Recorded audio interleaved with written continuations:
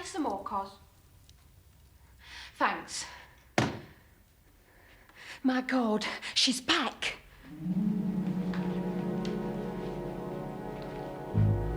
She's getting out of the carriage. Come on, Ryder, get a move on.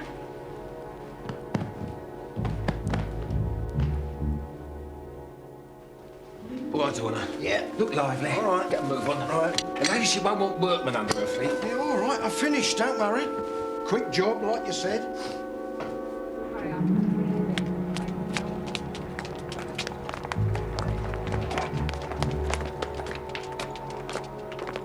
Oh, yeah. Yeah, nice. Nice. Oi. Countess, eh? Have to get by appointment on me barrow. Come on, mate. Out.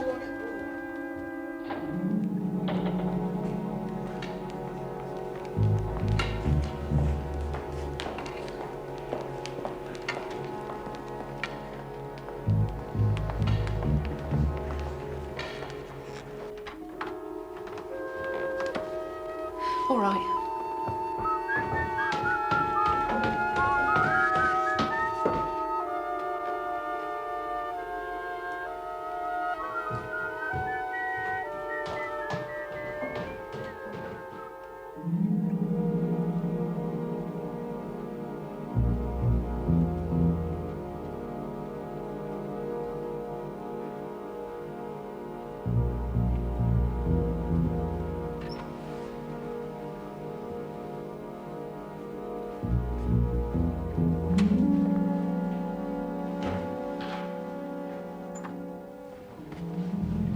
Over there will do.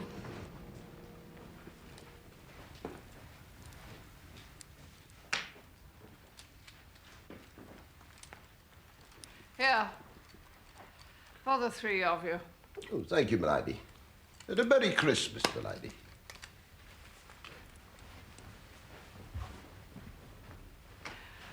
Ring for tea, Cusack. Yes, my lady. I need something to sustain me. I do find preparing for Christmas quite an ordeal. Yes, my lady. And then a bath, I think.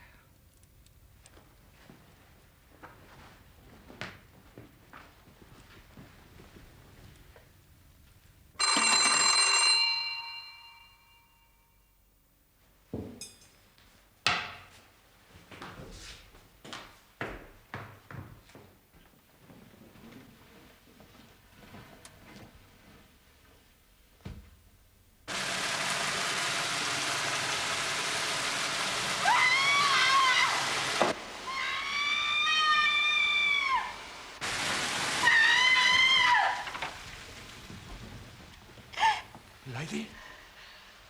Blue Carbuncle. Blue Carbuncle.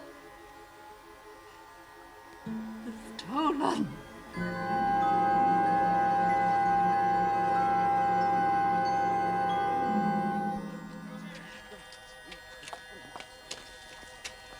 Open them up. There. Oh, John! She'll love it. It's beautiful. Just like your mother. Well, can we afford it, though? Told ya. I made a nice little bob or two lately, even if I hadn't. It's Christmas. You're a good man, John Horner. I'm a lucky man. Wife and kids like I've got. Man's as good as a king. So, it's the doll for the girl and the boat for the boy, right? Right. Spending the loot already, are we, Horner? What do you mean? I've done nothing. What do you mean? John Frederick Horner, I hereby arrest you on the charge of stealing the valuable gem known as the Blue Carbuncle, the property of the Countess of Morcar. Anything you say... I didn't do it, I tell you, I didn't do it! It's no use, Horner. The man at the hotel gave a very good description of you. Constable! I didn't do it, I tell you! Let me go, will you? I didn't do it! Oh!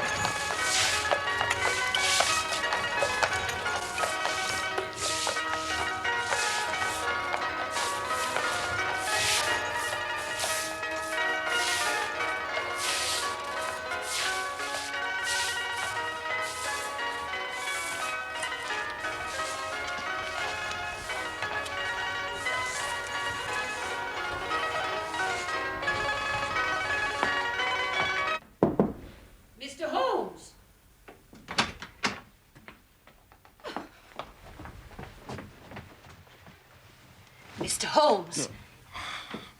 Mr. Peterson, the commissionaire from opposite. Oh, please. He'd like a word with you. Go away.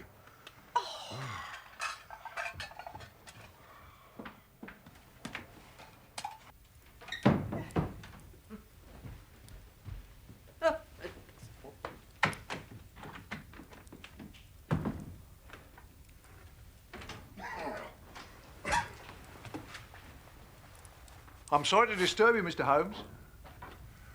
Peterson. Put down your goose. And your hat. It's a fine purchase. I myself favor a goose for Christmas dinner. Well, that's part of the problem, Mr. Holmes. The bird is not mine. You might say I come by it. Huh. For Mrs. Henry Baker, and obviously not your hat. No, sir.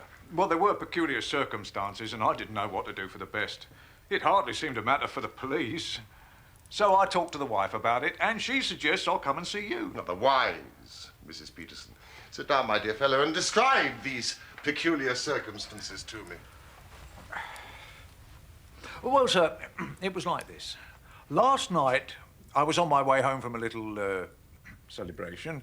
Well, at this time of the year, some of us commissionaires meet to wish each other the season's greetings. Exactly. The season's greetings. Oh, you're a top, sir. Oh, your good health, sir. Well, as I was saying, I was on my way home when I came across what you would only describe as a fracas.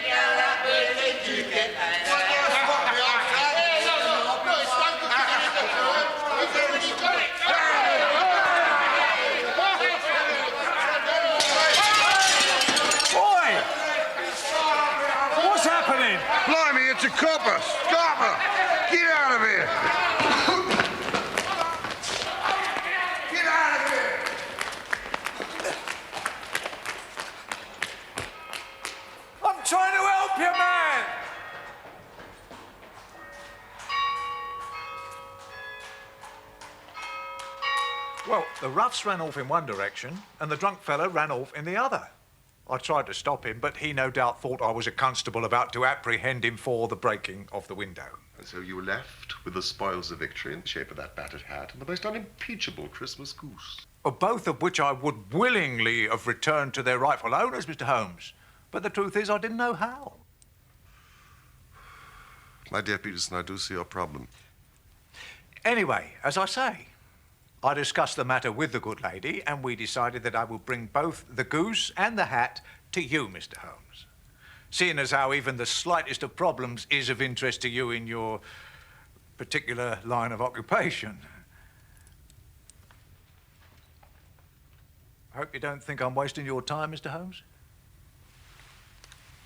Not in the least. Now then, Commissionaire, have you purchased your own bird?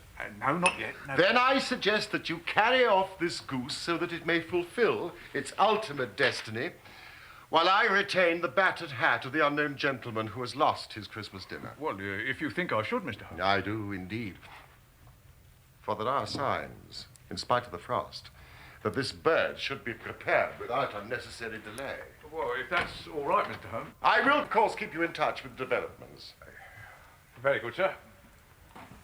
Oh, may I wish you the compliments of the season? And to you and your good wife.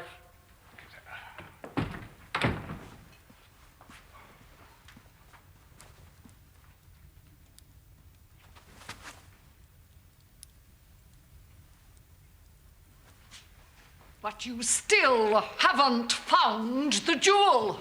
Not yet, no, my lady. But we do have the man Horner. Oh! or have a clue as to its whereabouts. And I think we may assume that he had one accomplice, if not more. Well, what of that? Contrary to popular fiction, my lady, there is very little honour amongst thieves, and even less with the right inducement. Inducement? Do you mean a reward? Yes. Why should I offer a reward? In my experience, and it is considerable, I have found that the offer of a reward would very soon set the greedy cat amongst the criminal pigeons. Well? I should be very surprised if I did not gain a result within 24 hours.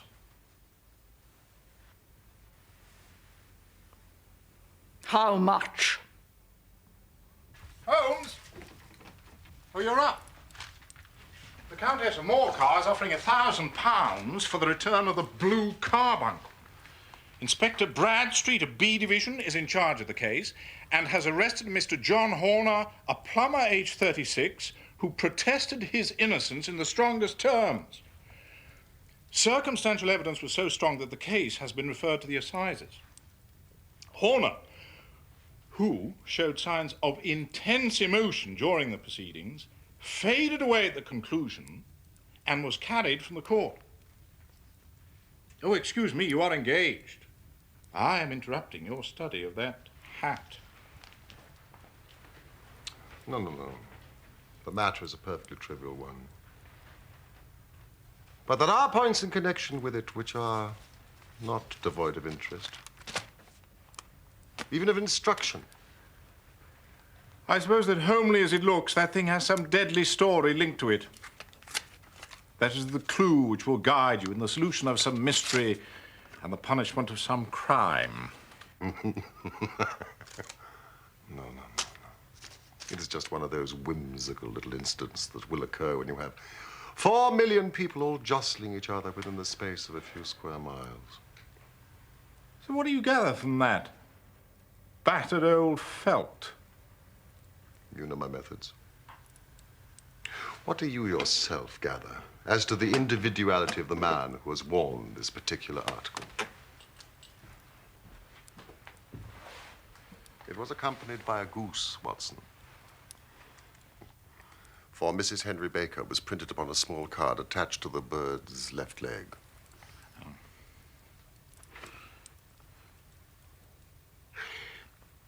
Well, apart from the initials inside, HB, presumably Henry Baker, I can see nothing. On the contrary, Watson, you can see everything. But you fail to reason from what you see. You are too timid in drawing your inferences. Then, pray, tell me what it is that you can infer from that hat. That the man is highly intellectual is, of course, obvious. And also that he was fairly well-to-do within the past 3 years, although now he has fallen upon evil days. He had foresight, but less now than formerly, pointing to a moral retrogression, which, when taken with a decline in his fortunes, seems to indicate an evil influence. Probably drink. This may account also for the fact that his wife has ceased to love him.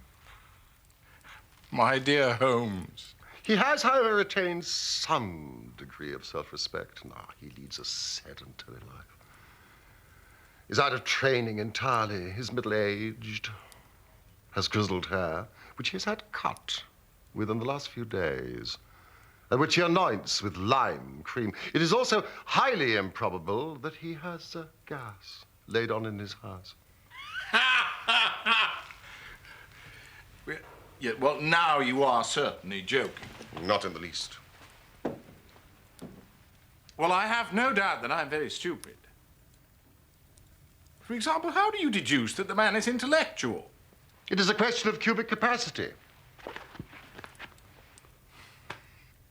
A man with so large a head must have something in it. Well, the decline in his fortunes, then? These flat brims with the curled edges came in 3 years ago. It is a hat of the very best quality, Watson. Look at the band of ribbed silk and the excellent lining. If this man could afford so expensive a hat 3 years ago and has had no hat since, then he has assuredly gone down in the world. What about the foresight and the moral retrogression? Ah, here is the foresight. These securers are never sold upon hats. If this man ordered one, it is a sign of a certain amount of foresight, since he went out of his way to take precaution against the wind. But as you see that he has broken the elastic and has not troubled to replace it, a weakening nature. The further points that he is middle-aged, that his hair is grizzled, that it has been cut recently, and that he anoints it with lime cream can all be gathered by an inspection of the lower part of the lining, Watson, and witness the moisture. Obviously a free perspirer, therefore not in the best of training. But his wife, you said she had ceased to love him. This hat has not been brushed for weeks. When I see a man with a week's accumulation of dust upon his hat, and his wife has allowed him to go out in such a state, I fear that he has been unfortunate enough to lose his wife's affections. But he might be a bachelor. Nay, but he brought a goose as a peace offering to his wife. Remember the card attached to the bird's leg? Yes. Well, you have an answer to everything. Just a minute. How do you deduce that there is no gas laid on in his house? One tallow candle stain, or even two might come by chance, but when I see Watson, no less than 5. He never got candle stains from a gas jet, Watson. Are you satisfied? Well, it's all very ingenious. Mr. Holmes, the goose. The goose, Mr. Holmes. Well, what of it, man? Has it come back to life and flapped off through the kitchen window? No, sir. But see what the wife found in its crop. By Jove, Peterson. This is a treasure trove indeed. You know what you've got. A diamond. Precious stone, but it cuts glass like it was putty. It is more than a precious stone. It is the precious stone. The Hotel Cosmopolitan robbery. The Blue Carbuncle. The Blue Carbuncle indeed.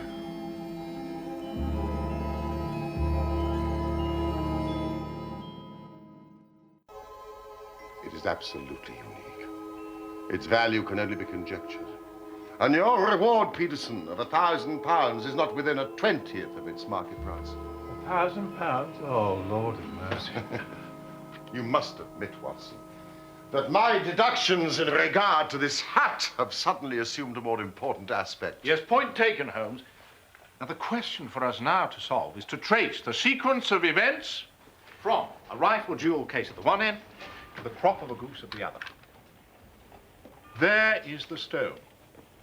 The stone came from the goose. The goose came from Mr. Henry Baker, the gentleman with the shabby hat and all the other characteristics. So now we must set ourselves very seriously to finding this gentleman and to ascertaining what part he had to play in this little mystery. Found. At the corner of Goodge Street, a goose and a black felt hat. Mr. Henry Baker can have same by applying at 6:30 this evening at 221B Baker Street. Clear and concise. Yes, very, but will he see it? Well, I'm sure he will keep an eye on the evening papers. For the poor man, the loss was a heavy one. Oh, Peterson, just nip down to the advertising agency and have this put in all the evening papers. Which one, sir? The Globe, Star, Pall Mall, St. James Gazette, Echo, Evening News, Standard, and all the others that may occur to you. Right away, sir. And the stone? I shall keep the stone. Thank you, Peterson. Yes, sir. Oh, and Peterson, would you pick up a goose on your way back? Give him the money, will you, Watson? We must have something to give Mr. Henry Baker to take the place of the one that your family will very soon be devouring. Oh, thank you, sir. £1,000? £1,000. £1,000.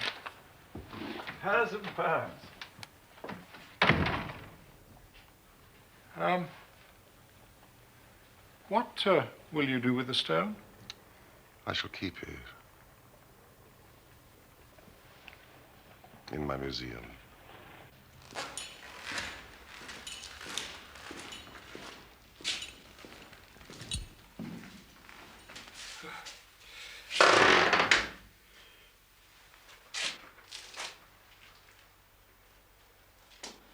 Well, Horner, her ladyship is not at all pleased with me.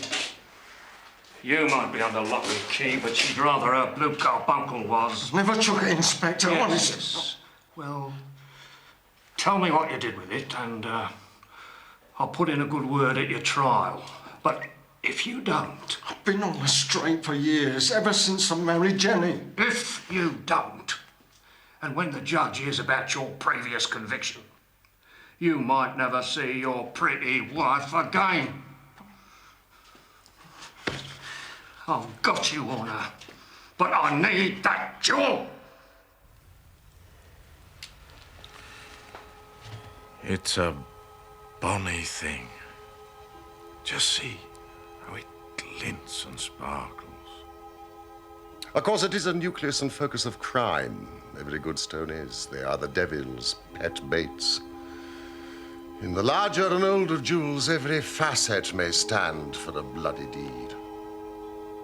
It was found in the banks of the Amoy River in southern China and is remarkable in having every characteristic of the carbuncle, save that it is blue instead of ruby red. This stone is not yet 20 years old. In spite of its youth, it already has a sinister history. There have been 2 murders, a vitriol throwing, a suicide, and several robberies brought about for the sake of this 40-grain weight of crystallized charcoal. Who would think that so pretty a toy could be a purveyor to the gallows and the prison?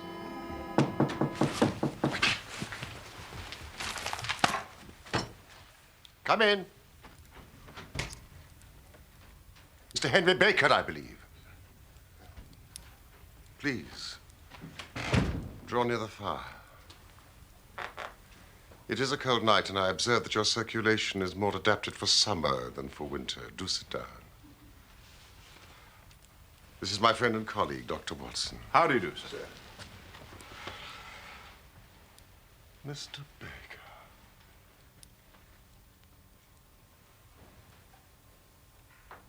Is that your hat?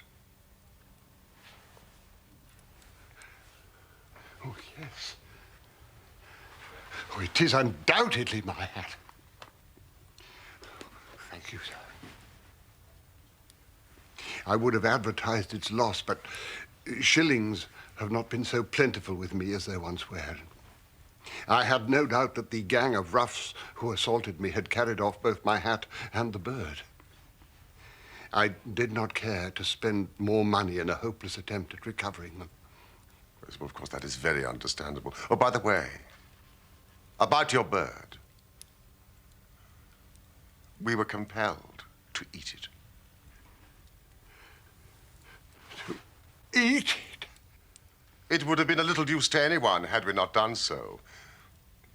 But we have another goose upon the sideboard there, which I presume will answer your purpose equally well. It is about the same weight and perfectly fresh, as you can see. Oh, yes, most certainly. Of course, we have kept the feathers, legs, crop, and so on of your own bird, if you so wish. They might be useful to me as relics of my adventure, but beyond that, I can hardly see what use the disjecta membra of my old acquaintance could possibly be to me. Oh, no, sir, with your permission, I shall confine my attentions to the excellent bird which I perceive upon your sideboard. I would be interested to know where the other bird came from. You see, I am somewhat of a fowl fancier, and I have seldom seen a better-grown bird. It would be of great interest to me to know precisely how it came into your possession. It was the club, sir, the Goose Club. So, the Goose Club? What were the exact circumstances? I am not a rich man, as you may see, sir, but I make a humble living and a respectable one, if I may say so, in the British Museum. Studying? Studying, you might say, and helping others with their studies. I have a certain knowledge of books. That day, sir, I had finished work early and left the museum in the afternoon. I had a little business to attend to before calling in at the Alpha public house. Several of us who work in the museum frequent that establishment, and this year our good host, Mr. Windigate, had instigated a goose club, by which, on consideration of some few pence each week, we were to receive a bird at Christmas.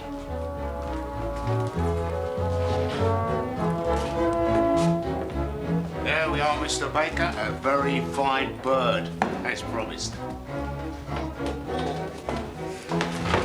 Magnificent specimen indeed, landlord, eh? Put you back in a wife's good books, eh? Yes, well, she is still somewhat irked with me, I'm afraid. However, things will doubtless improve when I am once more in gainful employment. Of an academic nature, of course. Well, I have expectations. Now, I owe you one last payment of 8 pennies, eh? Struck it rich, have we, Mr. Baker? I chanced upon an acquaintance of sympathetic disposition. That is to say, I sold some of my books. Ah. Not your books, Mr. Baker. Needs must, Mr. Windigate, and at this season of the year more than ever, we must not deprive those we love. Or even those to whom we are married. And so, if you will set aside this impressive peace offering, I shall fortify myself for the fray with a large glass of whiskey and a pint of your most excellent beer.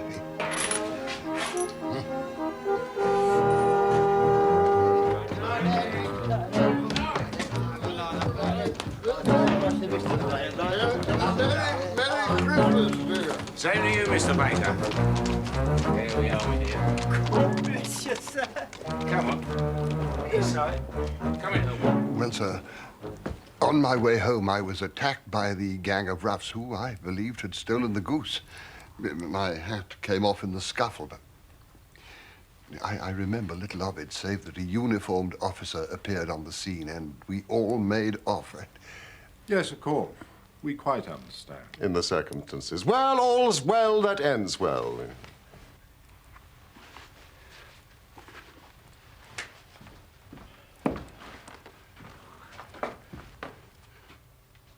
I am most indebted to you, sir, for your trouble. A Scottish bonnet, I fear, is fitted neither to my years nor to my dignity.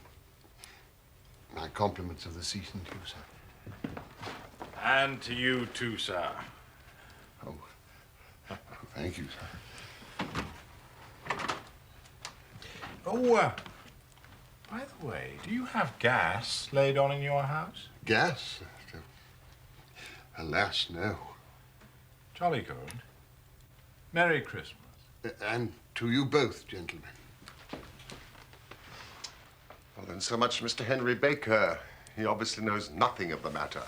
Ah, Mrs. Hudson. Watson, do you need nourishment? Not particularly.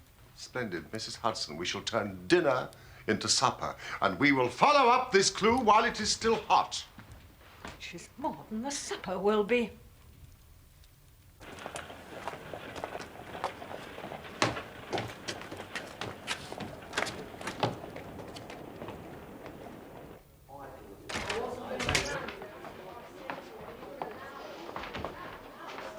Good evening, gentlemen.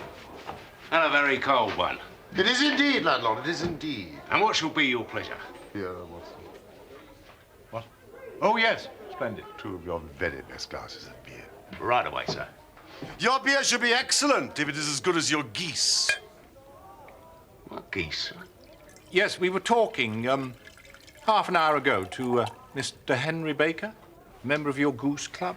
Yes, but you see, them's not our geese. Whose, then?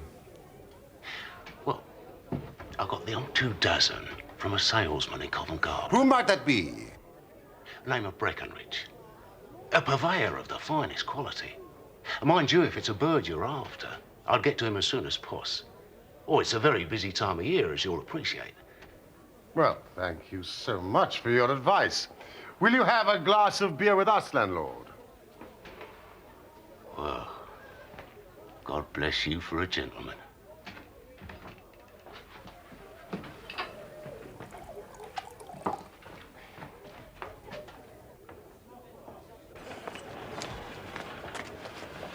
Now, for Mr. Breckenridge.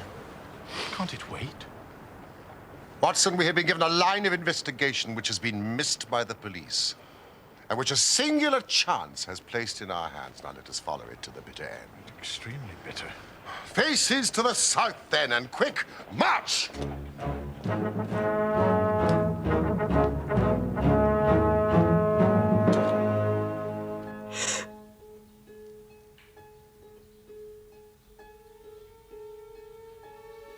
Please.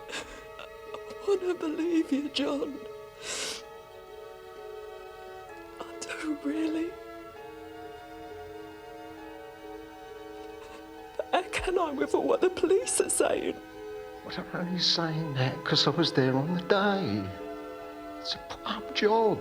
Is that really the truth? I promised when I married you, I'd never tell you a lie. I've kept my promise. Always will.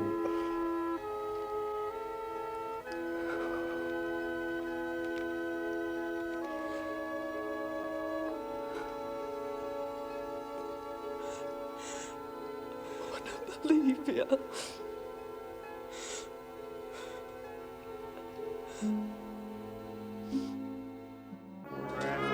Merry gentlemen, let nothing you dismay. Come on, come and get your turkey. Here, take your turn on the turkey. It's the last few. All fresh this morning. Got to clear them up by the night. Where else can you get one now, eh? It's getting late, it's getting late. Here's a pack. How many times a day?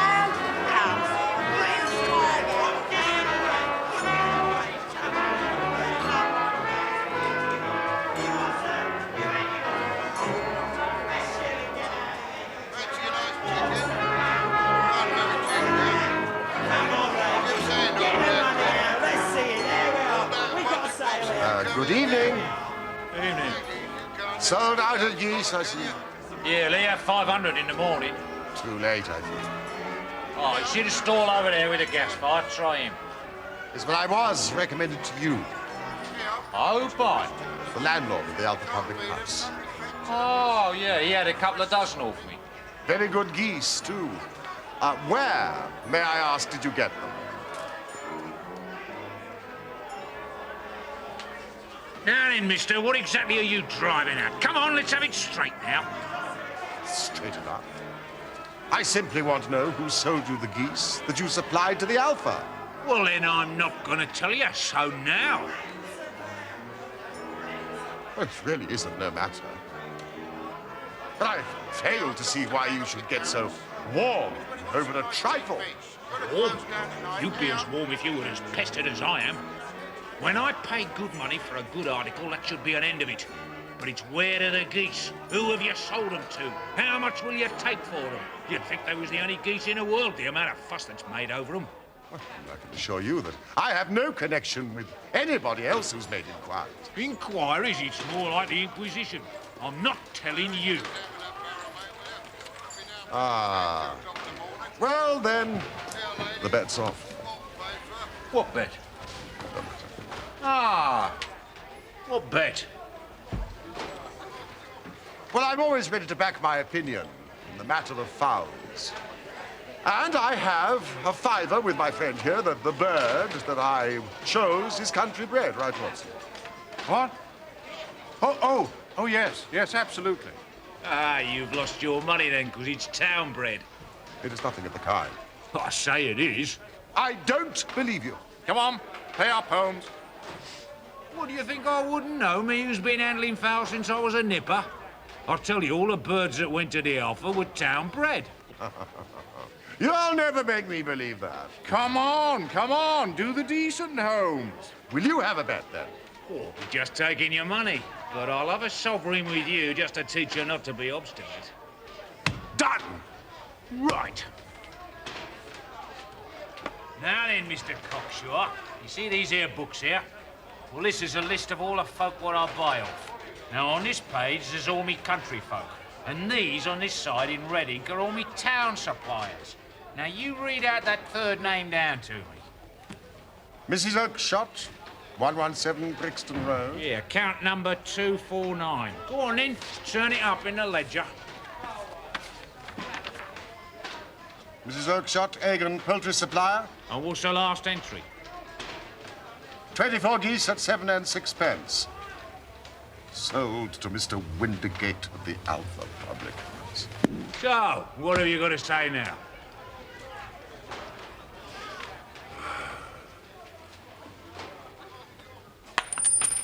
What about this gentleman's fiver?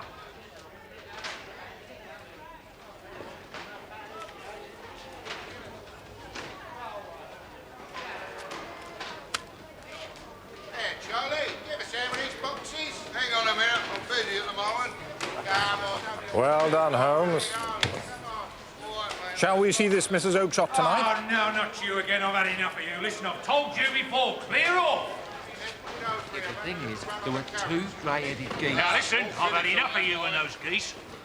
I wish it was all at the devil together. If you come pestering me any more with your silly talk, I'll set the dog on you. Now, look here. Mrs. Oakshott told me. You bring Mrs. Oakshott here, and I'll answer her. But what have you got to do with it, eh?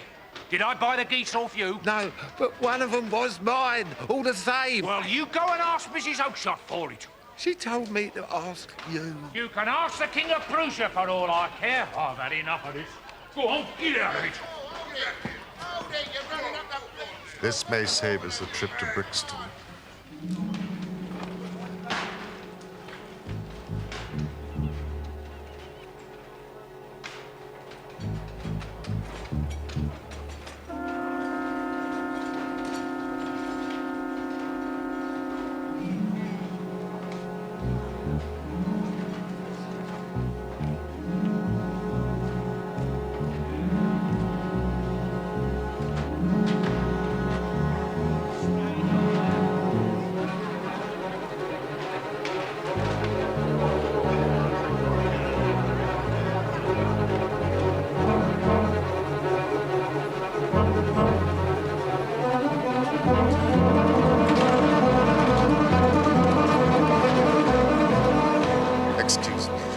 I could not help overhearing the conversation you had just now with that salesman. I think I can be of assistance to you in this matter. You? Who are you? My name is Sherlock Holmes. It is my business to know what other people don't know. You can know nothing of this. On the contrary, I know everything of it. I know that you are trying to find out the whereabouts of some geese sold by Mrs. Oakshott of Brixton Road to our friend, Mr. Breckenridge over there, who in turn sold them to Mr. Windigate of the Alpha Public House. Sir, you're the very man I've longed to meet. I can hardly explain to you my interest in the matter. Then I suggest that we carry on this conversation in rather more comfort. Cab!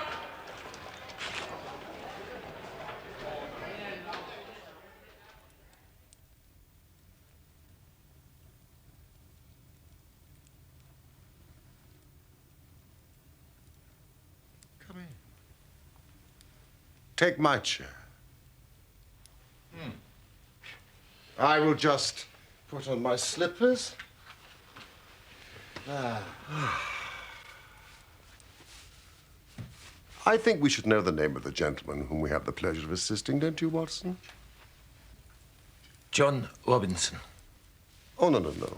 Your real name. It is so awkward doing business with an alias. Well, then, my real name's Ryder. James Ryder. Yes, Mr. Ryder. Upper attendant at the Hotel Cosmopolitan. Yes. And I suppose you would like to know what happened to these geese. Or rather, one goose in particular. White with a grey head. Oh, sir, can you tell me where it went to? It came here. Here?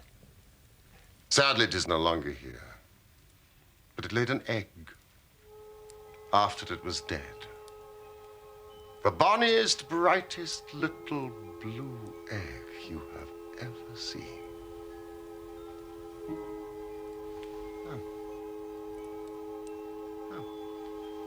I have it. Yeah. See?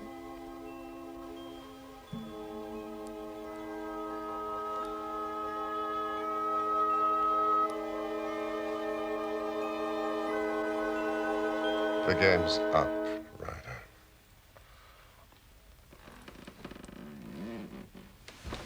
Bed up, man! You'll be in the fire. What a wretched little shrimp it is, to be sure. There's not enough blood in him for felony. I have almost every link in the chain, Ryder. You need tell me very little. Catherine Cusack put me up to it. Her ladyship's maid? Exactly. You knew from local gossip that Horner had been concerned in some such matter before. So what did you do? You made some small job in my lady's room. You and your confederate Cusack. You then managed that Horner should be sent for. But you stole the jewel. Then you raised the alarm and had this unfortunate man arrested for some... For God's sake, Mr. Holmes, have mercy. Think of my father, think of my mother, it'll break their hearts. Me, I never went wrong before, I never will again, I swear it on the Bible. Oh, don't bring me to court, Mr. Holmes. For God's sake, don't do that to me. Get back into your chair. It's very well to cringe and crawl now, but you thought little of the man that you sent to the dock for a crime of which he knew nothing. I'll fly, Mr. Holmes. I'll leave the country. Then the charge against him will all break down.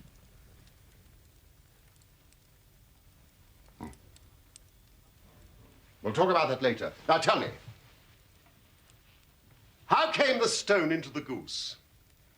And how came the goose into the open market? Tell me the truth now, for that is your only hope of safety. I'll tell it to you just as it happened.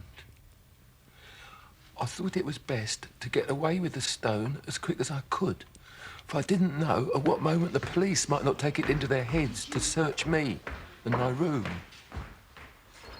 There was nowhere in the hotel where it would be safe. So I went out, as if on some commission, and made for my sister's house to think things over. Why, Jem, whatever is it? You look terrible. I had a bit of turn, Maggie. There's been a robbery at the hotel. You better come in. I went through into the backyard where she kept the geese. Smoked a pipe and wondered what it would be best to do. I knew that my stomach wasn't going to stop feeling like a bag of ferrets till I found somewhere to hide the stone for a while. When suddenly, I looked at the geese, which was hissing and huddling in the corner of the yard. My sister had told me that I might have the pick of her geese for a Christmas present. I picked out one of the birds, a fine big one with a grey head.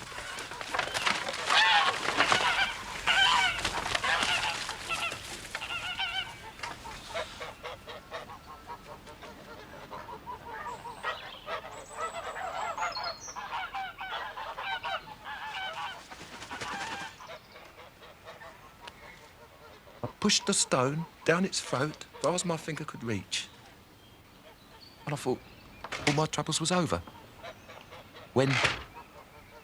Whatever are you doing with that bird, Jem? You said I might have one for Christmas. I was just feeling which is the fattest. We already set yours aside. Jem's bird, we call it. Yeah, if it's all the same to you, Maggie, I'd rather have that one I was handling just now. Well, that one's a good 3 pounds heavier. We fattened it up expressly. Yeah, never mind. I'll take the other, and I'll take it now. Just as you like. Which one is it? It's that grey-headed one in the middle. Oh, very well. Kill it and take it with you.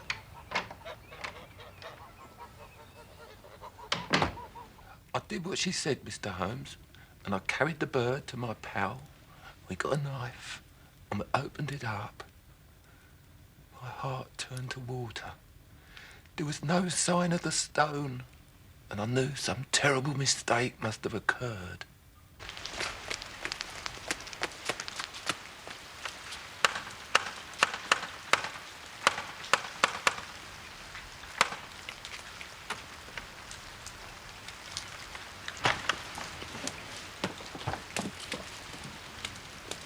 Where are they all gone? To the dealers. Which dealers? Breckenridge at Covent Garden. Tell me, just tell me, was there another one which had a grey head? That's right, two. I could never tell them apart, I couldn't. Well, what's the matter? What's all the hurry? I ran as hard as my feet would carry me to this man Breckenridge, but he'd sold the lot, and not one word would he tell me as to where they'd gone. I thought I'd go mad. And now, I'm a branded thief without ever having touched the wealth for which I sold my character. God help me. God help me.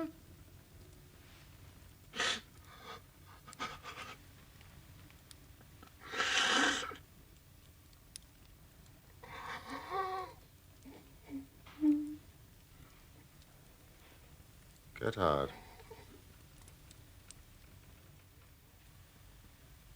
What? Heavens bless you, sir. No more words. Get out.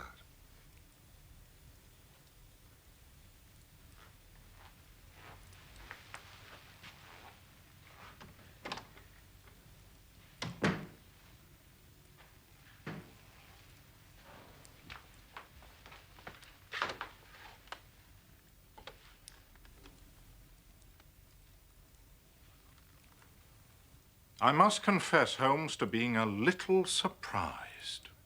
I am not retained by the police to supply their deficiencies.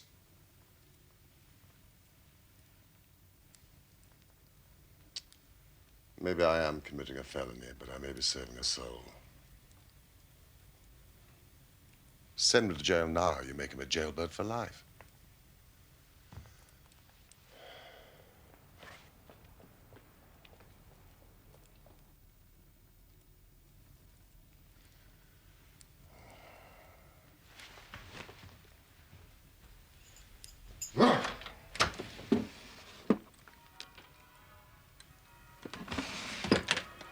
Listen, after all, it is the season for forgiveness. Come. Midnight. Merry Christmas, Holmes. And to you, my dear friend. Just a minute. Holmes, I cannot contemplate eating while John Horner is still on remand. Now, do you suppose that Bradstreet or one of his colleagues might still be at their desks? You're quite right, Watson. Come, let's go.